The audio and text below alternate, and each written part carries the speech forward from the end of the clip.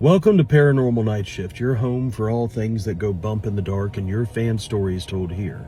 Today's story comes from Kate in Winnipeg and is titled, She Told It It Could Stay. I've heard your stories about the grandpa ghost. You know, grandpa or grandma pass away and then you start to hear things in the house or things start to happen and it reminds you of your grandpa. Maybe a smell of cologne or, you know, his TV comes on. Music plays. It's really sweet. And that's kind of what happened with us. My grandmother and grandfather were married for 50 years. They were sweethearts and it was beautiful. But when he passed, my grandmother wasn't used to being by herself. She had never lived by herself, really. So when Grandpa passed away, I felt that it would be best for me to come and just stay with her a little bit, get her accustomed to life without him. It started pretty quick after he passed. One night I was cooking her favorite meal and I said, I need some salt, I need some pepper. I turned around and surely enough, about 4 feet in the air, the salt and pepper were floating and then it just fell on the ground.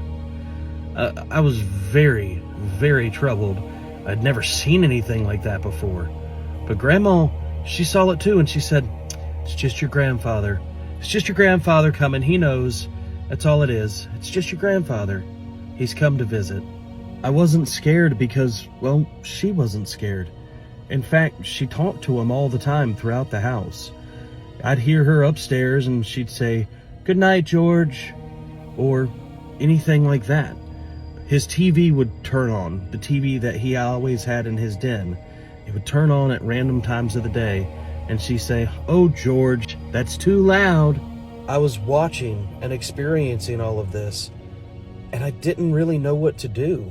It made my grandmother feel good that my grandfather was there, still there, visiting her. And I didn't want to tell her not to feel good. I didn't want to tell her that it may not be my grandfather. Everything felt right. She started to talk to it more frequently, and it would show itself more frequently. She actually put a bell downstairs in my grandfather's living room, and she said, "If you need anything, just ring the bell." Grandma, this is getting a little strange. Don't you think that Grandpa maybe needs to be in heaven? Maybe Grandpa needs to be in heaven. No, he'd want to be here with me. And I'd hear that bell ring all the time. She'd wait on whatever it was, hand and foot, talking to it. "Whatever you need, George." But then the activity started to change. It didn't feel right anymore. One night I was upstairs taking a shower, and I'm sure everybody's had that feeling like they're just being watched. I had the feeling that if I pulled the shower curtain back, I was going to see just something standing there. I opened the shower curtain as quickly as I could, and there was nothing. No, I was just being silly. But that's when I saw it. A reflection in the mirror. Something in the mirror was looking at me. I took the fog off the mirror and I couldn't see it anymore, but it was there. Something was there, and whatever I saw was not my grandfather. Secondly, why would my grandfather be watching me take a shower? It felt weird. I got dressed and went and talked to Grandma. I said, "Have you talked to George today?" "No, actually, I hadn't. I hadn't heard from George in a couple of days, but that's fine." Suddenly, the counters and the shelves began to move. Oh, there he is. The stove turned on. The stovetop itself ignited. Oh, he must be telling me it's time for dinner. Grandma, I don't know how to tell you this, but I don't think that this is Grandpa. Oh, you're just being foolish. A knife that she had kept on the counter dropped to the floor. Grandma, I don't think that this is Grandpa. I think whatever this is, it does not mean you well, Grandma. No, he's just telling us it's time to cook dinner, sweetheart. You're being paranoid. I told George that he could stay. I told your grandfather he was more than welcome to be here. Grandma, what exactly did you say? Oh, I told that whatever it was could stay here. You know I want the company. The paranormal activity in the house became more malevolent. I always felt eyes on me. It always felt cold. Anywhere I would be in the house would be cold. The energy just felt wrong, but my grandmother didn't see it. She didn't understand what was happening. She thought this was my grandfather, but the more that the activity started to target me, the more I knew it wasn't. One night I had fallen asleep in my grandfather's living room. It was the only place in the house that actually felt somewhat normal.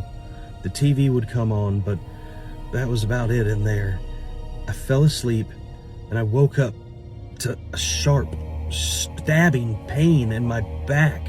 It felt like razor blades. It felt like something had sliced me open. I ran upstairs and looked into the mirror in the bathroom, and surely enough, there was blood all over my shirt. 3 scratch marks going straight from my back all the way down. I went and woke my grandmother up. I said, "Grandma, we have to get out of here. You're not safe here anymore. You're overreacting. He was probably just trying to wake you up.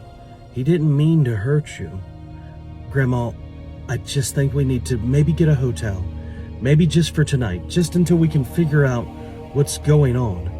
I think we should cleanse the house, Grandma. If it's Grandpa, he'll want to be here, but I don't think that what is here means us well."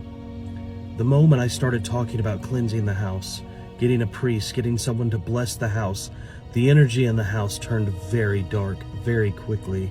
For the first time since all of this had happened, my grandmother started to look scared. I think you're right. I think we do need to get out of here.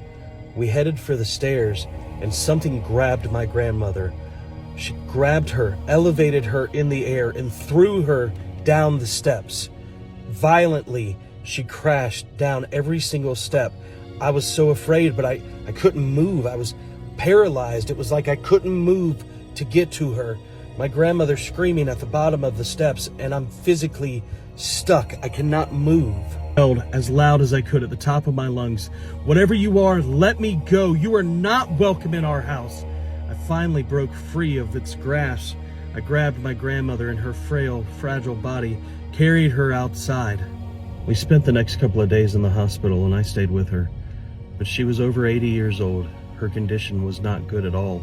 She had broken her hip, and it looked like she was not going to recover from this fall.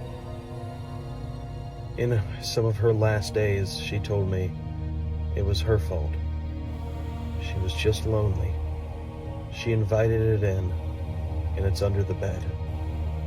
You have to get it out of the house. It's under the bed. I unwillingly went back into the house. The energy was still so dark. Everything felt so bad. I didn't want to be there at all. Whatever it was had attacked my grandmother. I went into her room, and it was like, again, that paralyzing feel, that muscle stiffness. I could barely walk towards it. I went to her bed and tried as hard as I could to flip it, and that's where I found it. My grandmother had bought a Ouija board. She said that she was lonely and just wanted to talk to my grandfather. A woman who didn't believe in any of this at all had been experimenting, trying to talk to something. She said later that it started to talk to her. It asked if it could stay, and she said, "You're more than welcome here." I don't know how to close the portal. We saged the house. We did everything we can. But I always try to use this as a warning. Sometimes what you think is friendly is not friendly. There's negative energy in this world. It's demonic, and it feeds off of your feelings. It targeted my grandmother because she wanted to believe. She wanted to believe that my grandfather would come see her so bad that this energy targeted her, attacked her, and eventually took her life.